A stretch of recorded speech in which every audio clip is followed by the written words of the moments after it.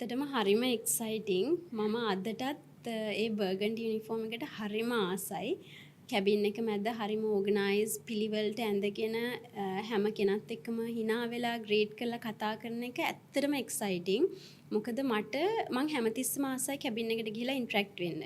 For me there was never a dull day in the cabin. It was always exciting. ඉතින් සමහර අය අපේ videos ගන්නවා, සමහර අය අපේ ෆොටෝස් ගන්නවා. ඒ වගේ හරිම එක්සයිටිං ඒ දේ. ඇත්තටම ඒ කාලේ මම මිනිස්සෙක් විදියට කොච්චර හොඳ කෙනෙක්ද කියලා මතක් කරලා දීපු කාලයක්. ඒක තමයි මගේ ජොබ් එකේ මං ආසම කොටස. මං කියන්නේ මං ගැන විතරක් නෙමෙයි ඕනම ගුවන් සේවිකාවක් සේවකයෙක් ඔන් බෝඩ් රිපෝට් කරන්නේ ඕනම ඉමර්ජන්සි එකට රෙඩි වෙලා. එතකොට තමන්ගේ දේට වඩා වෙන කෙනෙක්ගේ අම්මා කෙනෙක් තාත්තා කෙනෙක් දරුවෙක්ව එයාලගේ වෙල්බීන් එක ප්‍රයොරිටි එක කරගෙන. ඉතින් ඒ වගේ ඇත්තටම ඒ කාලේ ඇත්තටම ලස්සන කාලයක්. මම හිතන්නේ 3 වෙනි ෆ්ලයිට් එකේද කොහෙද මම ඉන්දියන් සබ් කොන්ටිනෙන්ට් එකක් කරේ.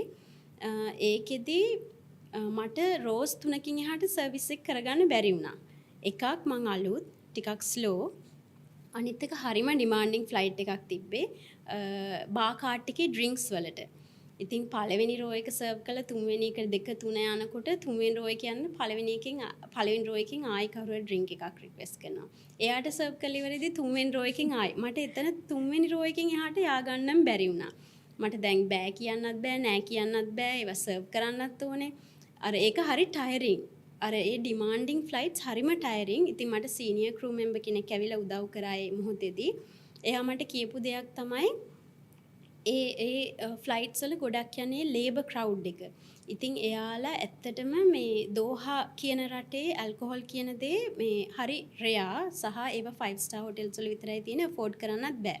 ඉතින් මෙයාලා සමහර වෙලාවට යන්නේ අවුරුදු 2 3 4ක කොන්ට්‍රැක්ට්ස් ඉවර කරලා අපේ රට එයාලගේ මව්බිමට යන්නේ. ඉතින් එතකොට හරිම රිලැක්සින්. එතකොට ඔයාගේ පවුලේ කෙනෙක් කවුරු හරි එහෙම යන අවස්ථාවක එහෙම ඉල්ලන එක හරිම සාමාන්‍යයි.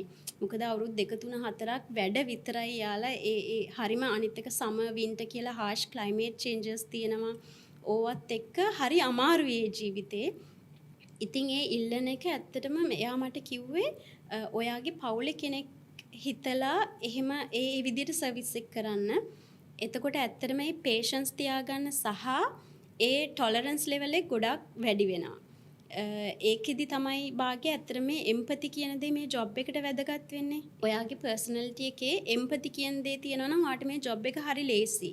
වෙන කෙනෙක්ගේ දෙයක් තමන්ගේ කරගෙන හිතන්න පුළුවන් නම් මේක මට වුණා නම් මගේ පවුලේ කෙනෙක්ට වුණා නම් කොහොමද දැනෙන්නේ? අන්න එතකොට ඔයාගේ පේෂන්ස් ලෙවල් එක සහ ජොබ් එක ඇත්තටම අන්තිම වෙනකම් හරිම ආසාවෙන් කරන්න ලොකු උදව්වක් වෙනවා.